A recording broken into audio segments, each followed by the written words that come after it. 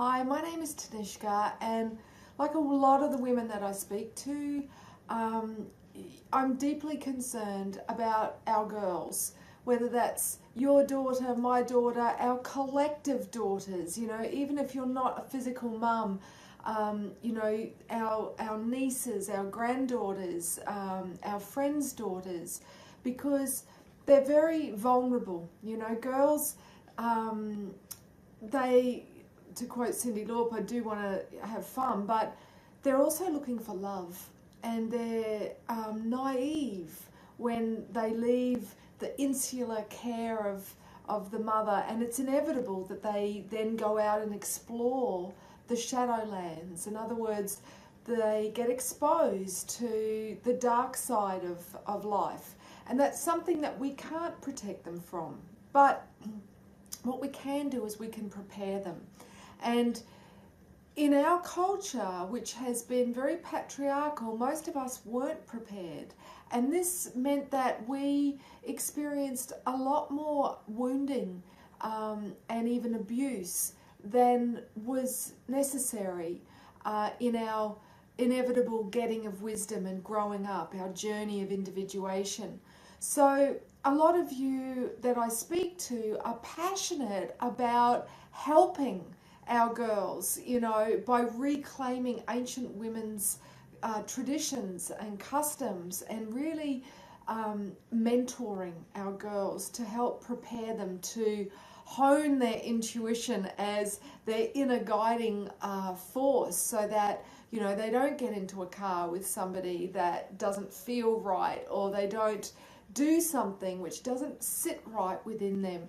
And this, it's all very well to train girls to use self-defense, physical, brute force, but really our greatest first mode of defense as women is our sixth sense, our subtle senses, our intuition.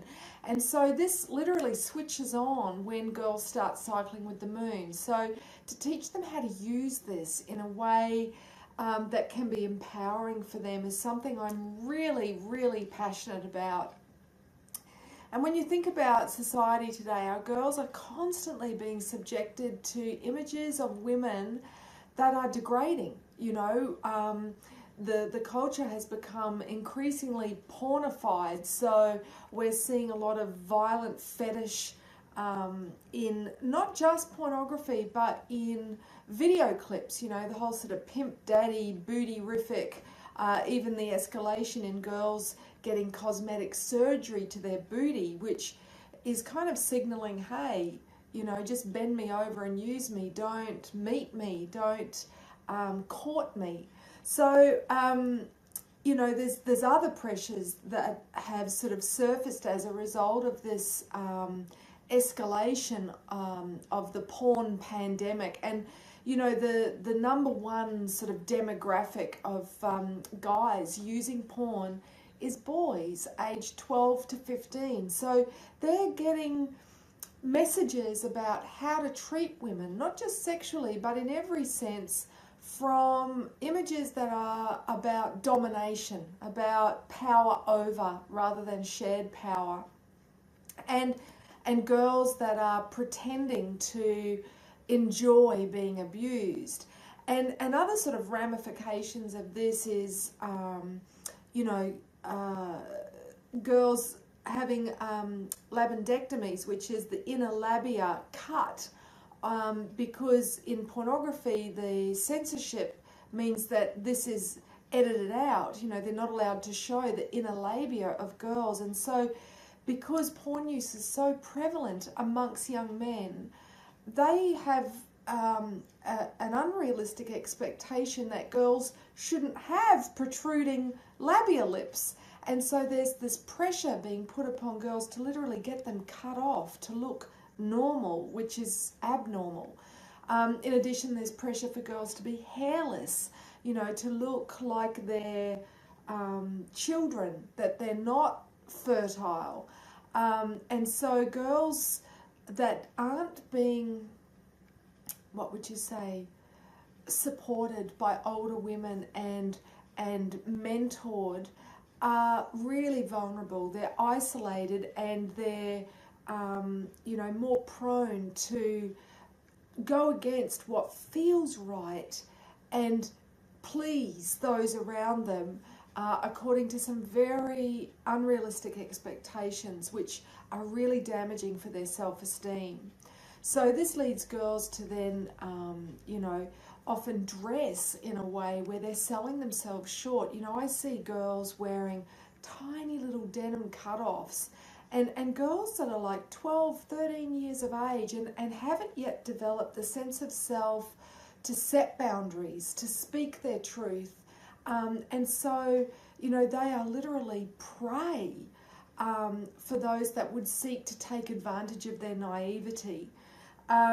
We're also seeing a selfie culture, this sort of prevalence of girls trying to sport their coquettish behaviour, which is totally natural and normal. It's Aphrodite. It's a part of them exploring their identity. But what's happening is they're being preyed upon on social media. There's a documentary called Tricked, which is really disturbing, and it speaks about the trend of older men that are preying upon teenage and 20-something girls that are from nice homes, as well as girls that have low self-esteem, university students, and purporting to be interested in them, pretending to be sort of potential boyfriend material, and then upon a first meeting, keeping them under house arrest, threatening their families if they leave, and forcing them into work in the sex industry. So the social ramifications of this pornification of our culture are most detrimental to our girls in a myriad of ways. We've also got a huge escalation in the number of girls self-harming now as a way of just relieving pressure, the stress, whether they're being cyberbullied or whether it's their first breakup, which can feel so devastating, or perhaps, where their home situation, they may be unsafe, if they're one of their step parents, for instance, or somebody within the extended family has interfered with them and they haven't been able to find somebody that they feel safe enough to speak to about it. Or it might be that they're dealing with menstruation and feeling deep shame about that because it's not acknowledged in our culture in any way. Or maybe issues around their body, feeling that they are ugly. A lot of girls feel that if they don't match the glossy images that are, photoshopped in all the magazines, that they're less than beautiful. So it's so important that they have it affirmed that every woman is 100% unique. There is not a homogenistic icon of beauty which they should be unwittingly attaining and comparing themselves with. We have a lot of teen girls now that are binge drinking, and when they're sort of under the influence of substances, including recreational drugs like ice, that they're really making unconscious choices which can lead to extremely reckless behaviour and at-risk behaviour. What else? Girls are constantly being, got a frog in my throat, being undermined by the media and by advertisers that are preying upon their insecurities and using them as leverage to undermine their sense of self so that they will buy their product. So whether that's feeling their hair's too frizzy or worrying about leakage, when they're menstruating, but, feeding their insecurities. And this, is not helpful. It's counteractive to girls' development psychologically and emotionally. So, if we think back to what it was like for us, okay, when we were navigating our teens and our 20s and going through that natural individuation process from our mums, where we're kind of like, dissing our mums and doing the absolute opposite of what she said was good for us in order to assert our own autonomy and independence. In a patriarchal culture, the way, that the sort of society responds to all of these problems that girls face is that they lock them up. They punish the girls, and the girls feel as if they can't even trust themselves.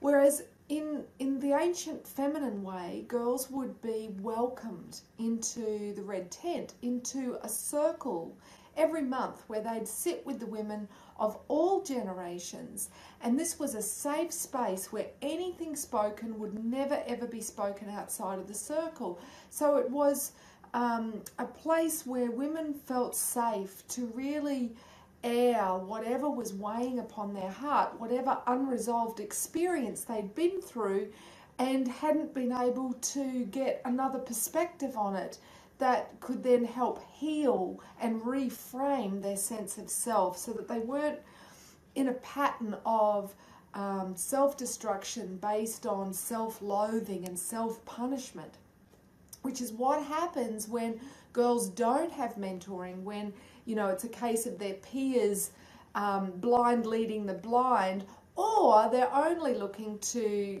glossy magazines or online information, which often again is has an agenda of targeting these women sort of for their potential sponsors. So I I have created a course where women teach or rather run women's circles. And this course, we've now got women doing it in nearly 40 countries around the world. We've seeded women's circles. And a lot of the women that have done this course specifically do it to create circles to support young women navigating their teens and their 20s. We've even got, I spoke to a woman the other day who's, doing the course in this next intake specifically to create a pink tent for tween girls to, prepare them for womanhood and to feel good about being girls. But the ones that I feel are most at risk are the girls that are, in their teens and their 20s. And so this is just a shout out to those of you who perhaps experience some of your personal greatest wounding during that phase of your life, during your maiden years. And it is deeply cathartic and healing to then give back and assist those who are walking in our footsteps by showing up and saying, you know what, I care about what happens to you. I'm going to give my time one night a week or for a few hours a month to sit in circle and support you on your journey by creating a safe space where you can process some of the experiences that you've gone through and see that you're not alone. See that, it's universal to have these same insecurities and fears and self-doubts, and also share your dreams, your greatest hopes and ambitions, because the maiden phase is when we're full of potential. And if we're not encouraged, okay, if we don't have someone who acts as a dream holder, someone that really affirms our strengths and says, yeah, you can do this, we may never try. And if we don't try in our youth, then our confidence wanes often as we get older. So this is a pivotal time, and it's just, the people that give of their time, okay, not for money, just to be of service, whether that's as a volunteer or, as a community builder.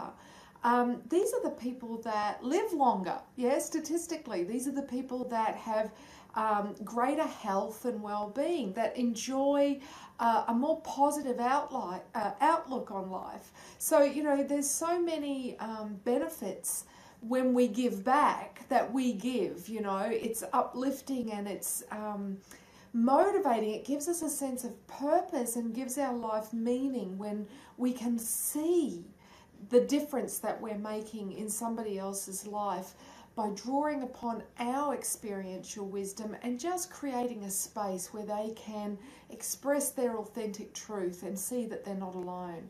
So if this, you know, seems interesting to you, and if this is something that you deeply care about and you perhaps have worried, you know, and felt powerless to help change the world and you know, specifically to assist young women in finding their own personal identity and help with that transition into helping them feel self-assured as young women and make self-honouring choices, then I'd like to invite you to join me for a free webinar to learn more about how you can make a difference to young women. Thank you so much for your time, and to register, there's details just below this video, and I look forward to sharing that time with you. Blessings.